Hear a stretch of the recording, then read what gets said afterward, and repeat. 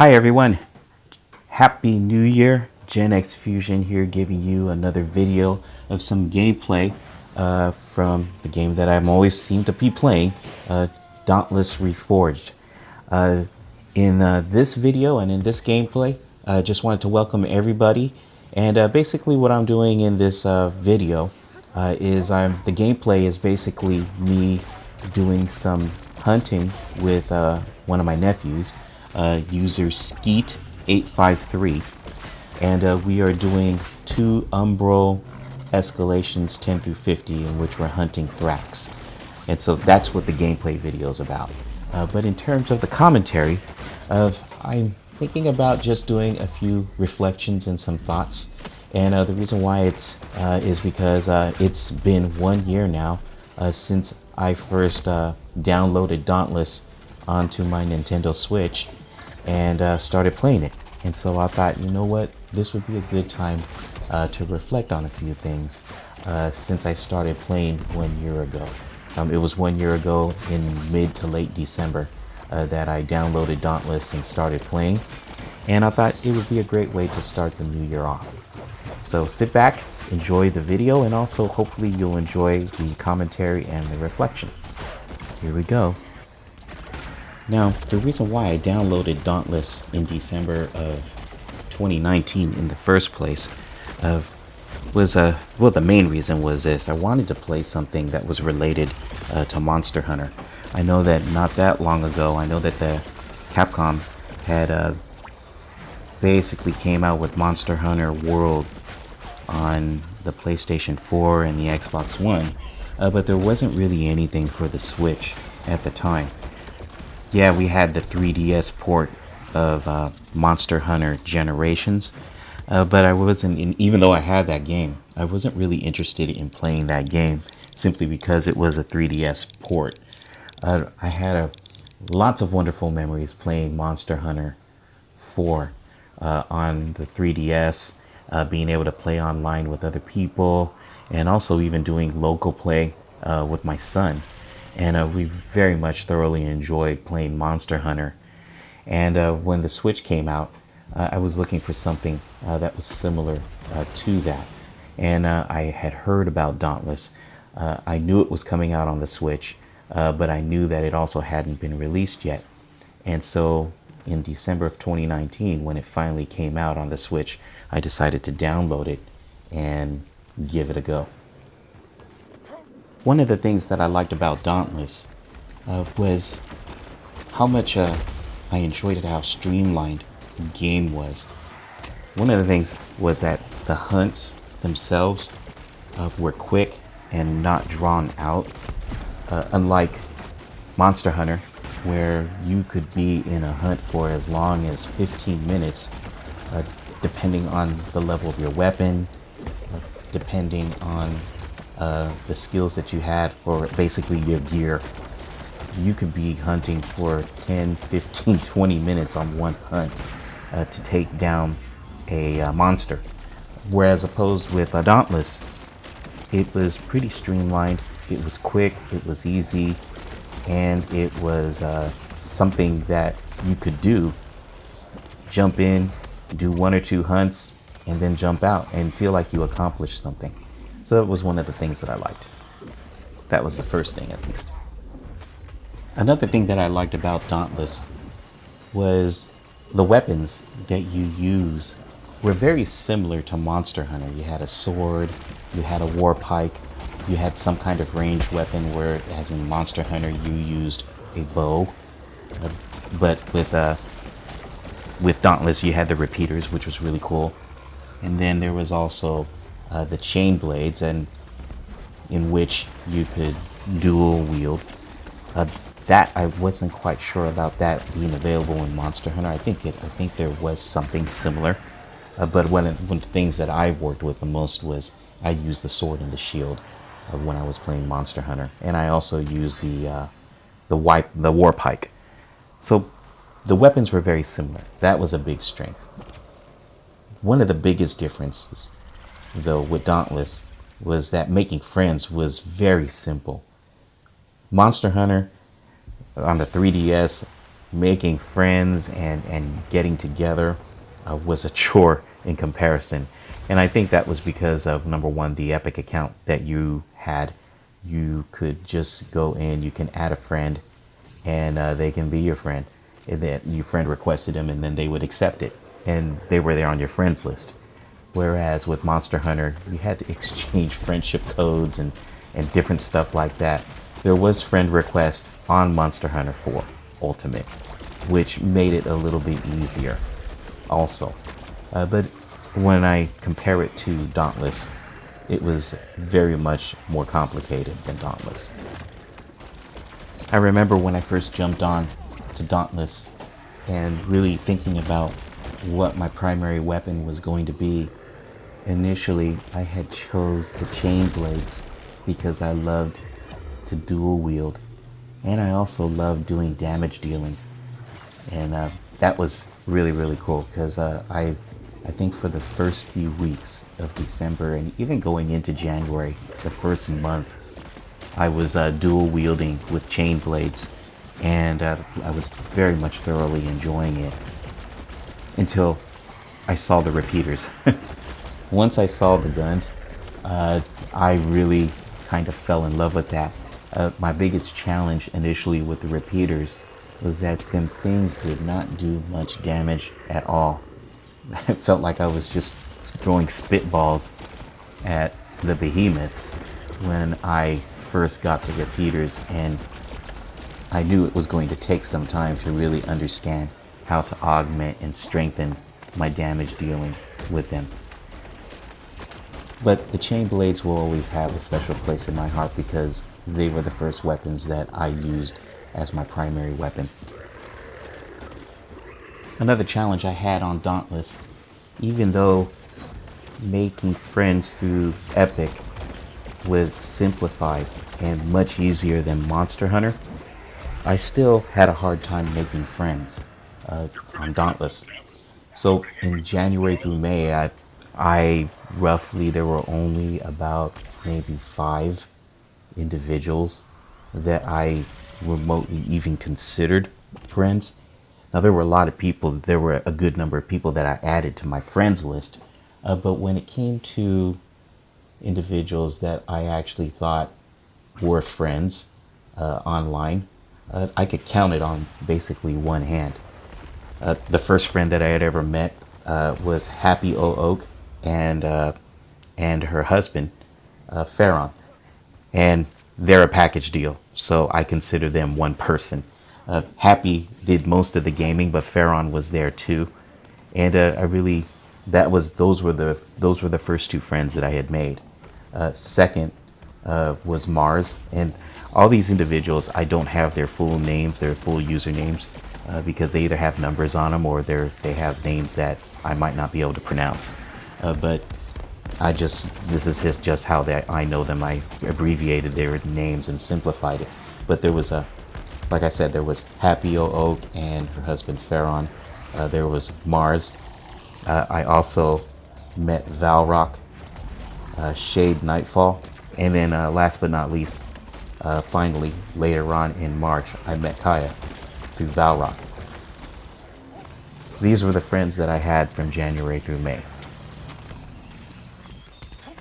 July through December, I began to meet more people and that I would consider friends, online friends. But what I don't want to do is I don't want to start naming everybody because I do not want to run the risk of hurting people's feelings due to me neglecting to mention them. One thing that I will say, the first friends that I made in the first 5 months, and then the additional friends that I made later on from June through December, all of these individuals in some way, shape, or form basically played a key role in me developing my skills and also developing my repeaters and making me a more efficient player and gunner and support person. So I have all of these friends to thank, and I would say even right now I don't have that many friends. I think maybe I would count somewhere between 10 to 15 people as real friends. that I meet online and that I would hunt with and chat with consistently. I think the biggest thing that was impacting this year in 2020, well, last year in 2020, was the pandemic when it hit us in March and we ended up being sheltered in place. I know that the pandemic really revealed to me how people were trying to cope with being sheltered in place. Even from my own self, Dauntless became one of my social outlets. And I don't have very many social outlets online. I don't Facebook, I don't Instagram, and any of the other stuff that's out there now. I mean, I just recently got a Twitter account. But any of the other stuff out there, I am so behind on, like Snapchat and anything else that's out there that I haven't mentioned. All I know is that Dauntless was probably one of my most main social outlets. And the people that I met on Dauntless, not just in the beginning of the year, the first 5 months, but throughout the whole year, that all of these people come from all walks of life, all different situations. We all had our own life issues that we were coping with and dealing with, and the pandemic brought that out to the forefront. And because of that, I think that all of us, well, I know for myself, desired a sense of normalcy, and Dauntless was that way for me, to be able to fit in what was now a major shift in my lifestyle. And I think maybe for the rest of us, I can't speak for all the friends that I've made, but I kind of get the feeling that that was happening also with them, and that they were all dealing with their own things, and that Dauntless, as well as other social media outlets, were their way of being able to get that sense of normalcy as well. And I also think that it was their way of being able to cope with what life was throwing at them, because life was throwing things at all of us. Guilds. Yeah, from 2020 is an interesting year when it comes to guild invites. I know that from January through June, I wasn't getting the time of the day, let alone guild invites or guild invitations from various guild leaders who wanted me to join their guild or their organization. It wasn't until July that I actually got 2 guild invites in 1 week.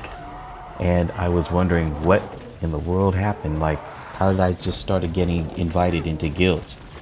Was it because of my skill? Were they noticing that I was getting more skilled with my repeaters, doing more damage or whatever? Was it because of my title or slayer level? It wasn't that, because I didn't have any titles yet at that point. Maybe I was just at the right place at the right time. I don't know. But I definitely have my own thoughts on guilds, which I think I'm going to share about. Of course, I see the benefits of joining a guild. Primarily, the main thing is that you get a lot of support. You get access to all of your guild mates, and they can help you out with things that you need to accomplish.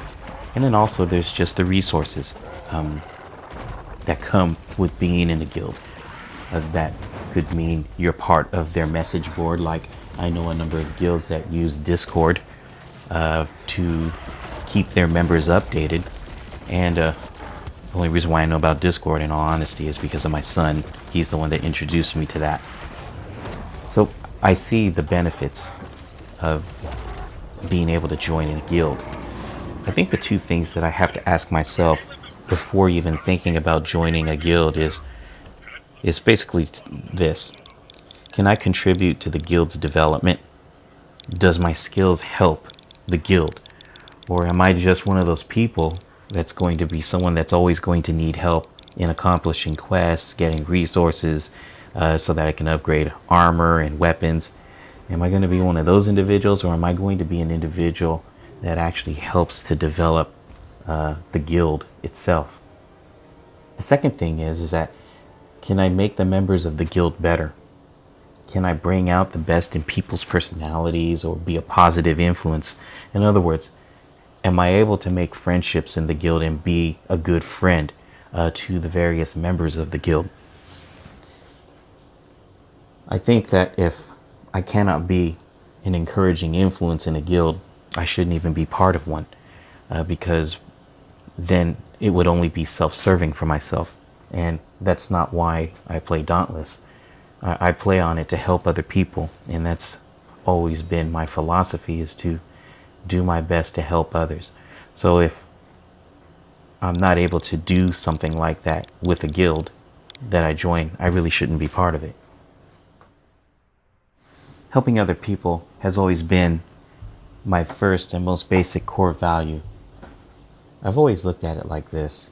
What good is it for me to build up my skills, build up my weapons and equipment, and level myself up to the maximum level possible if I can't use all of these things that I've attained to be able to help other people out?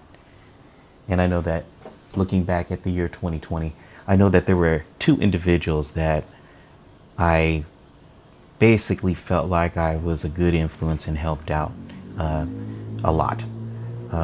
There were two individuals. The first one was a wielder of the war pike, and this person was a very, very good learner, wanted to learn, was always experimenting with perks and development of their weapons, their war pikes, the various elemental ones that seemed to fit them the most, and was always excited about being able to level up and get better. Very ambitious, and that was a good thing. When I take a look at this person over the past year, in 2020, this person has clearly surpassed me and outgrown me. And what I mean is this. This person is part of a guild, a very good, close-knit guild, and they have access to a very powerful group of players that really know their stuff, in my opinion. And the good thing about this guild is that they are very close-knit, almost like family, you could say. And they're not a large guild, but they are very picky about who they want to add to their ranks.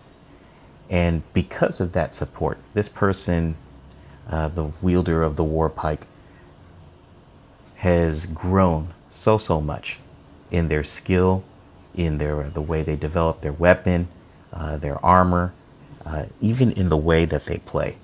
And so I'm very encouraged and very excited for this individual, because in my opinion, this is only my opinion, the person would probably differ, but in my opinion, this person has surpassed me in the way that they don't really need me to support them and help them anymore, because in my opinion, they're just that good. Like I said, that individual may beg to differ, but that's just my personal opinion on it. The second individual is a chainblade wielder. This individual, biggest strength, super talented, knows how to use the chain blades very well. And the other thing that they have is that they're super passionate about what they do, and they are eager to learn as well.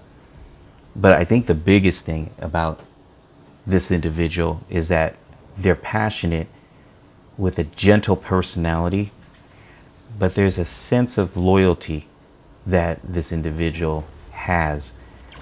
They'll stick up for you if someone's trying to give you a hard time, and they will not hesitate to let other people know that they shouldn't be messing around with let's say with me, for example. And I had that experience happen one time where on Dauntless, and it rarely ever happens, but I was hunting with this individual, and there were some people who got impatient with us during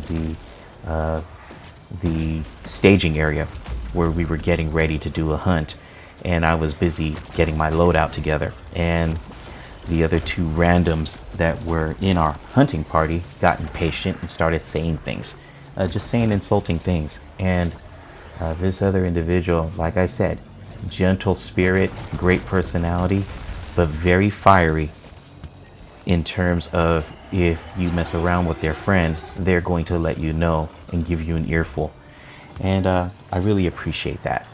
I think the only reason this person hasn't surpassed me and outgrown me in terms of just the leveling of their character is time. This one does not have a whole lot of time to be able to play Dauntless. And so it does require a lot of time to invest. This individual has other obligations and other commitments. And so because of that, they're not able to level up as quickly. Do I think they can surpass me? Oh yeah, most definitely. I think this person has the ability to surpass me and then some. But until then, I do know this much. I'll always be there to help them to get to their goal, and always be there to help them to accomplish whatever it is that they need to accomplish. About 2 weeks ago, I had the great pleasure of being able to hunt with my two nephews. One of them had played Dauntless before and then took a break from it. And the other one downloaded Dauntless for the very first time and started jumping on and playing it. I think there's nothing more encouraging than to be able to play with family on Dauntless, especially during the times of this shelter in place and this pandemic. So about 2 weeks ago, I got to hunt with both of my nephews and my son, and we had a really great time. We were all on the voice chat, chatting with each other, and it just felt good to be able to do something like that with family. It's not often that I get to find some common ground with various family members. And Dauntless being one of those avenues is definitely one of the more encouraging aspects and encouraging things. And I hope I get to continue to hunt on Dauntless with my two nephews, my son, and hopefully, who knows, any other family members that do decide to give Dauntless a go. I'm not quite sure what the new year is going to bring for Dauntless. I do know this much. I'm looking forward to the winter season where we get to fight, where we get to participate, not fight, but participate and hunt against the Frost Escalation boss, whoever that may be. So I'm definitely looking forward to that. I think also I'm looking forward to seeing maybe what possibly new friends I'll be able to get to meet, new acquaintances. Like I said, I don't have a whole lot of friends, and then I have even less good friends on here. So I'm looking forward to seeing what new people I'll be able to meet and hunt with and possibly get to know. And even with my current friendships, you know, the 10 to 15 people that I do have, will I be able to maintain those friendships, maintain those hunting? Will I end up joining a guild? You know, and what about the friendships that are on hold, in which I haven't spoken to individuals in quite a while? Will those be rekindled, you know, or will those be memories now? I'm not sure. Not sure what this new year is going to bring, but we'll see, and I'm looking forward to walking down that path and seeing what it holds for Dauntless, and even as we get ready to get through the rest of this pandemic, and just even socially. Will I be using Discord more this year? Will there be something more in terms of socializing? I don't know, but we'll soon see. Until then, that concludes my reflections video, and I hope you enjoyed listening to this commentary. Please enjoy the rest of the video as I continue the second Escalation with my nephew. You all have a good one.